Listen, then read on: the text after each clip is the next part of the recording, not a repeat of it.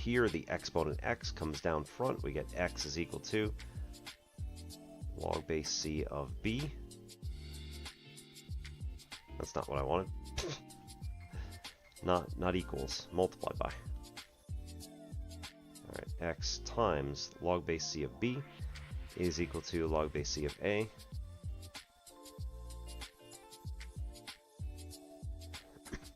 And then x is equal to log base c of a divided by log base c of b, which is equal to, as we said up front, log base b of a. So, I've mentioned this before, but this is what I did a long time ago. When I was in pre-calc and managed to prove the change of base formula, which my teacher was, you know, mildly impressed because, hey, a student actually took the time out to, like, prove this, and it wasn't a requirement. It was just kind of like, aha, I figured something out. And she was like, oh, that's pretty cool. Why don't you present it to the class? And I was like, okay. So I went through and, you know, showed the class how I did it and all this stuff. And then come the unit exam, I look on the paper, I flip through, do a couple of problems, whatever, and on it is prove the change of base formula. And I just look up from my paper, and she just goes, and then goes back to writing something, and I was like, oh, you knew. So I think she added that question to her exam on purpose because she knew I was going to get it, right? And I presented it to the entire class. So at least some of them would have gotten it as well. And I don't know. It was just one of those fun little moments. It might have been slightly mean to other people.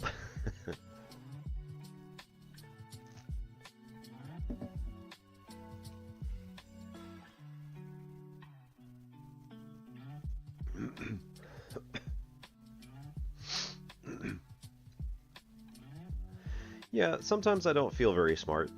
And really, I do need to... I'm certainly not dumb, I guess. But, you know, the important part is being willing to learn and take some risks and figure out, you know, figure out if there's another way.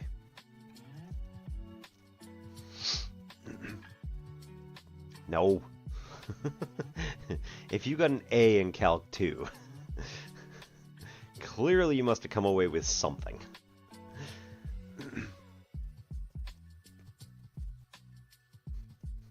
Because I very much doubt that that was a pity A.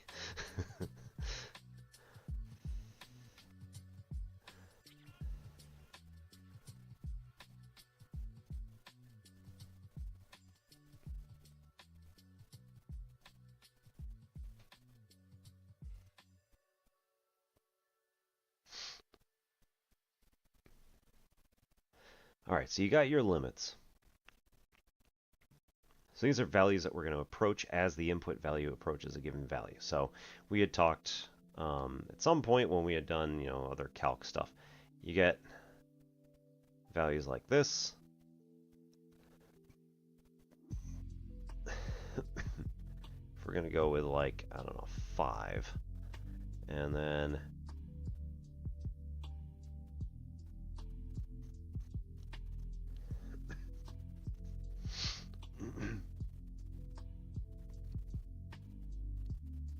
let's say this is 5, 2, and this is 5, 7. Alright, so here, got some function, which is a piecewise function, has these pieces to it. Professor V. Okay, math with Professor V.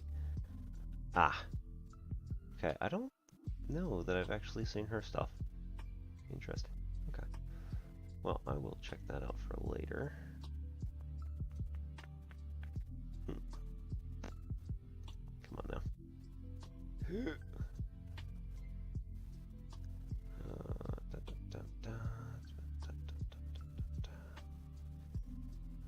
this is going to turn on at some point, and I'm trying to stop it. There we go. Cool. Yeah.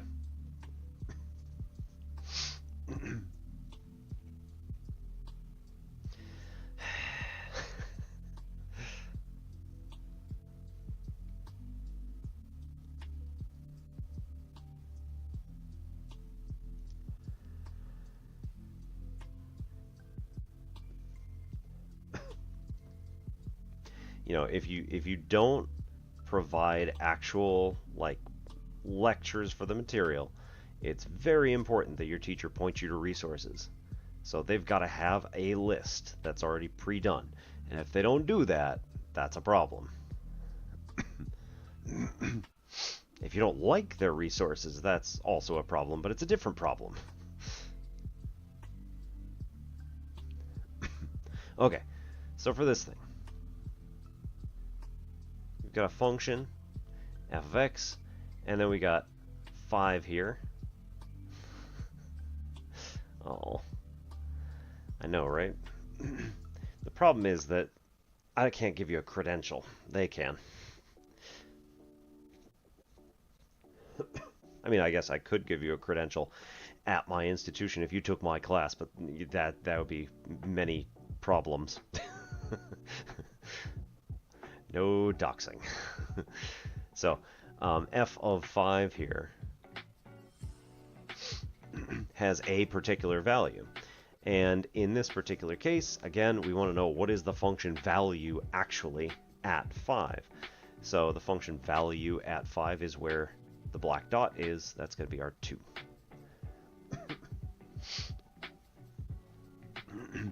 And then we talk about the limit. So the limit as x approaches 5 of f of x must be the same as the limit as x approaches 5 from the negative side, or the left, of f of x is equal to the limit as x approaches 5 from the right, or the positive side, of f of x. This semester I've got 1 Calc 1, 1 Pre-Calc, and 2, you can't see those, and 2 Pre-Calculus first half. So function analysis is going to be the first half of the pre-calculus sequence. Oh yeah, no problem. So we've got to say, when you've got limits, it has to be true that in order for the limit as x approaches 5 of f of x to exist, it must be the same as the limit approaching from the negative side and the limit approaching from the positive side. So in this particular case,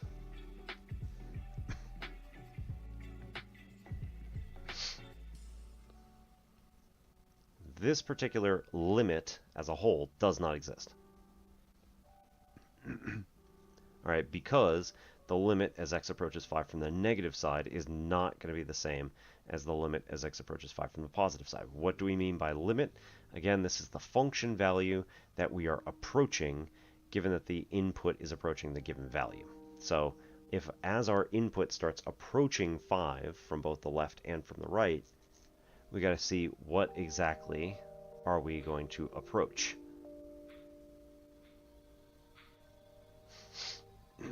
Yep.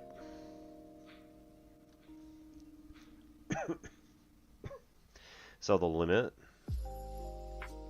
as x approaches 5 from the negative side of f of x is going to be equal to the function value that we're getting closer and closer and closer to, which is 7, that open circle.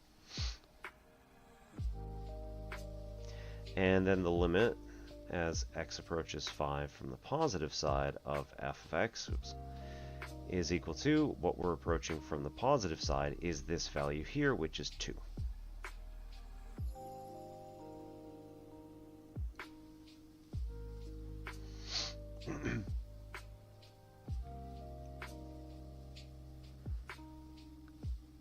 So, because these things are not equal, again, that limit up above does not exist. Cannot possibly exist. So its constituent parts aren't the same, so it can't exist at all. Okay, then we could have other situations which occur.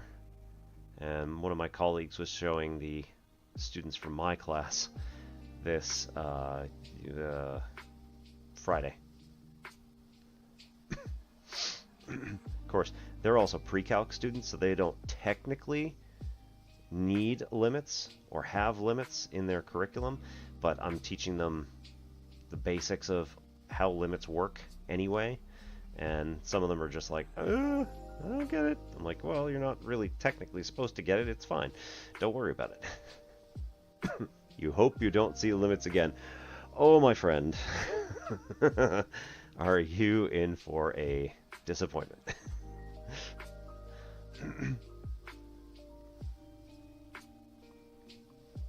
Okay, so we got something like this which could occur.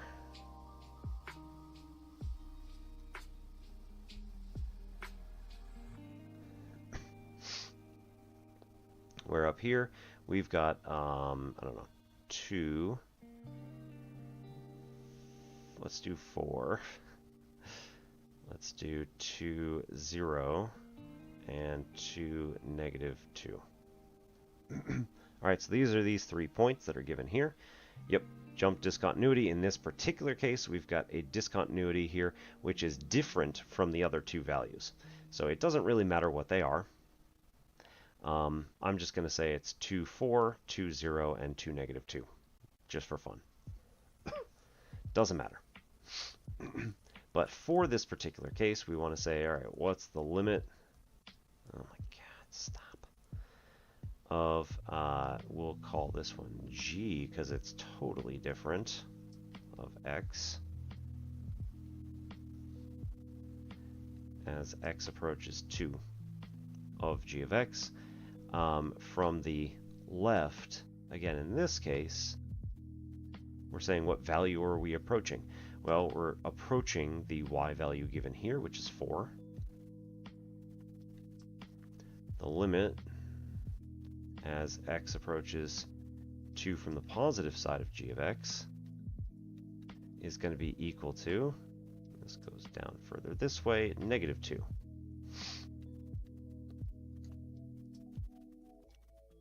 Well, yeah, but L'Hopital's rule you're not supposed to do until the end of Calc 1, so. And again, since these are not equal, the limit as X approaches 2 of G of X does not exist.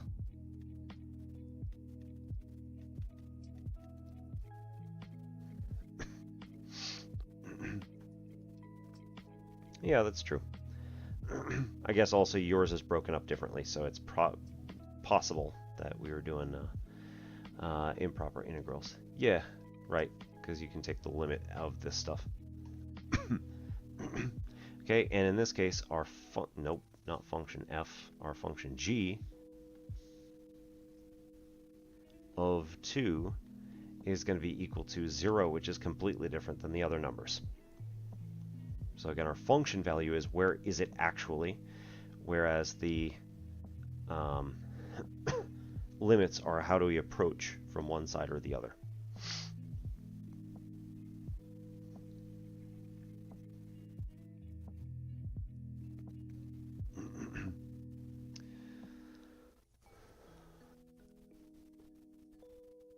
All right, and then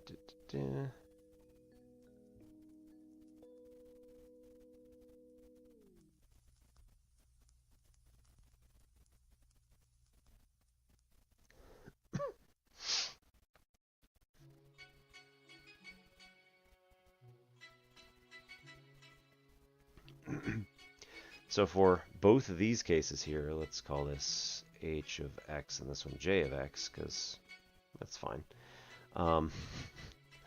So for this, the limit as x approaches whatever this might be, x equals 3, x equals 3, because I'm just not going to bother with coming up with numbers at this point. as x approaches 3 of h of x, and the limit as x approaches 3 of j of x are going to have values. So in this case, we have, y equals 7 and -5. I don't know. I'm just making stuff up at this point. So if our y value is -5 here, we got 3 comma -5 as our point. The limit value of that particular function, h, is going to just be -5. And the limit value of j of x for this particular function is going to be 7. Because again, it's not what the function is, it's what the function is approaching as we get closer to that value, closer to that x value.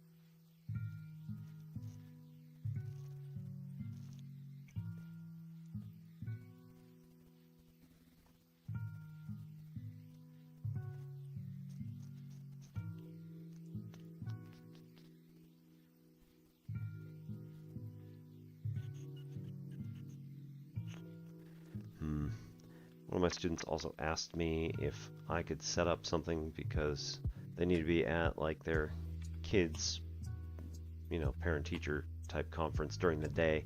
They were like, so can we set up some sort of thing so I can still like dial into class? And I'm like, I don't know that I can do that.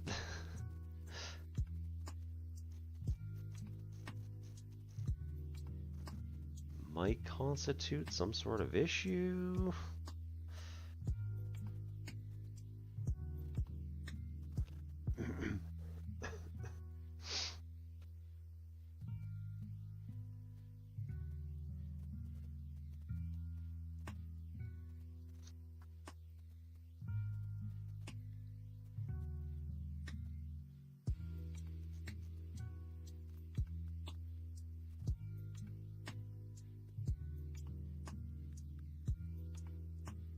Alright, Corsair, come on now. Come on now.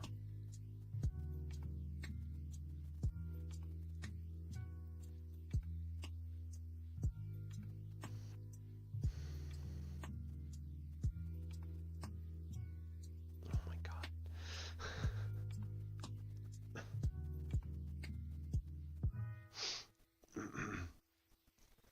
I mean, you can.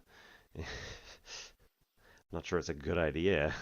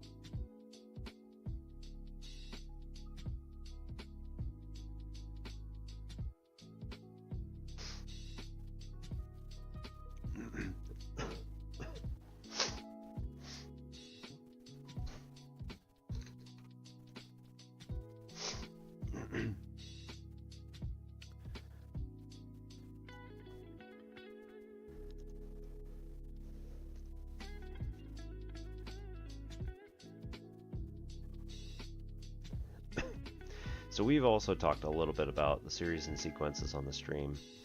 So if you had like n goes from 1 to infinity of, yeah, what do I want to do? 1 over n squared plus 3, something like that.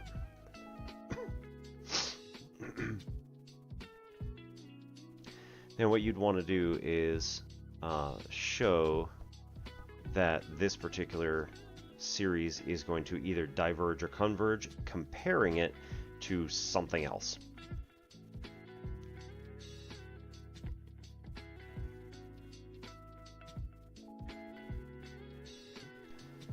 So if we compare this to, n goes from 1 to infinity, just 1 over n squared.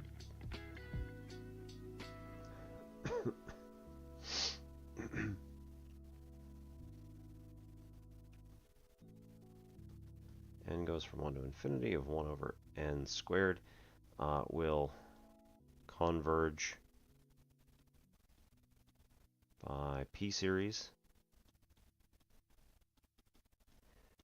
So this is a particular property that's given, that an infinite sum of 1 over n to the p will converge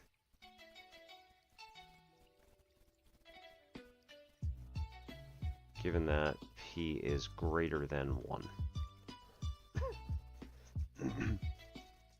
Yeah. But it works. Cursors.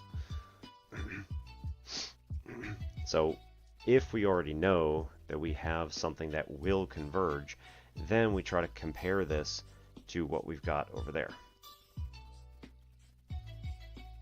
So this one here,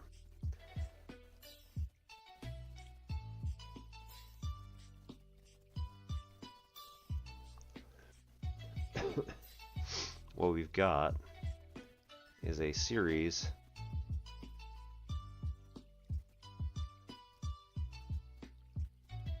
too straight, but whatever, it's fine. A series that looks like this, and what we're going to need to do is find alright, no, the comparison series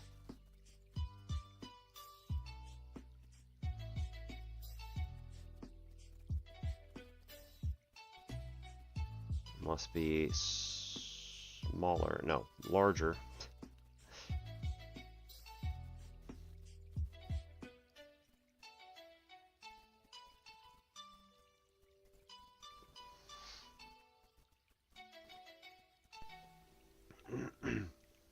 Alright, so the comparison series must be larger than the to be tested.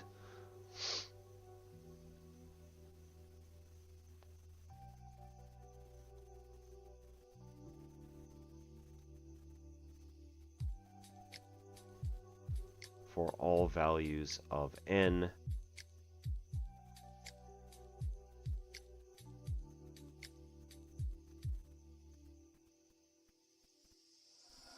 except a finite number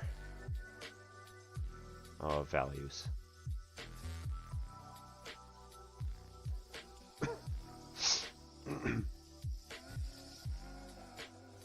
Because again, if we have an infinite series which will converge, then a finite number of values is still going to converge. That's really all we're testing here, is will it converge? That's it. So here, if we want to compare this to the original, we can say, all right, look, for all values of n greater than or equal to 1, we know that n squared plus 3 will be greater than, strictly greater than, n squared. So 1 over n squared plus 3 will end up being less than 1 over n squared. So therefore, by what we just set up here, the comparison series must be larger than the original. Well, that's what we've got. The comparison series is going to be larger than the to be tested, the original series that we had, by this constant addend of 3 in the denominator. So that's always going to be larger. Sorry, the comparison series 1 over n squared is always going to be larger. So that allows us to say, well, since this is always smaller, it must be a smaller amount in total. I mean a little, but you know, graphically maybe it'll look a little bit better. And I'm doing it all wrong because I don't have these particular values, but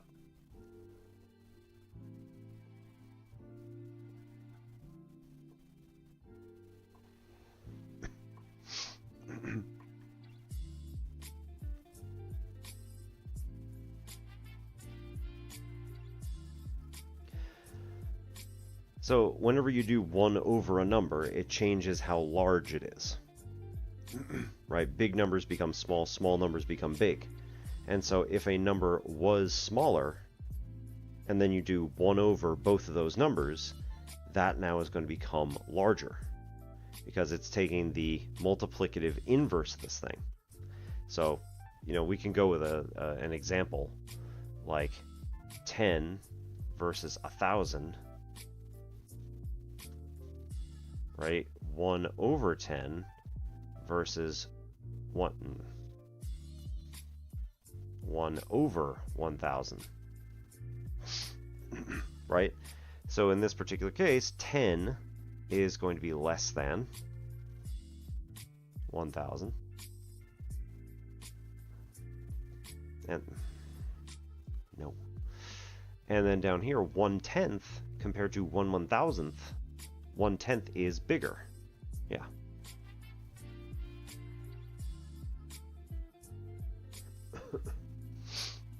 So they have an relationship to inverse relationship to each other, just like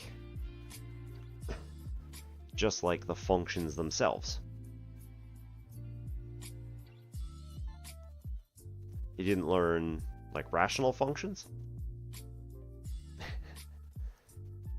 Well, we can right now. Provided that this thing doesn't keep crapping out on me.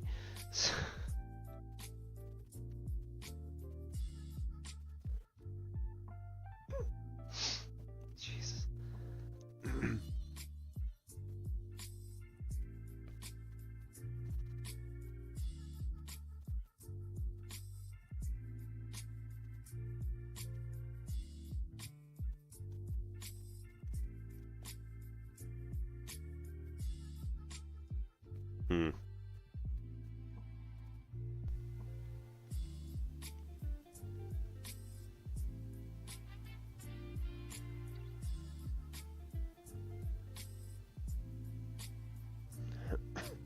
All right.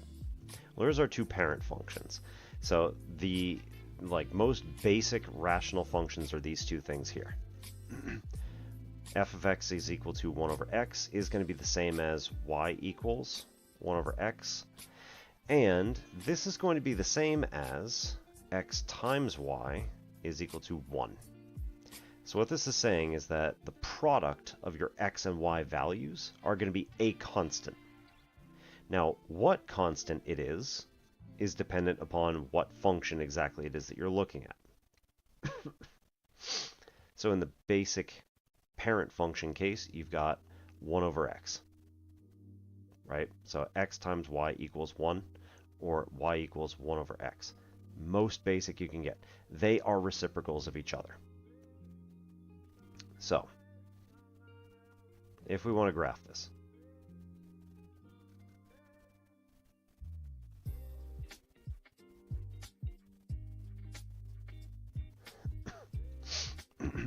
we're going to look at this and say, okay, here's your x values, here's your y values. Now the easiest one to do is going to be 1, right? Because here we got x times y equals 1. Okay, what are they going to be? You can make it as easy as possible. Make it 1, 1.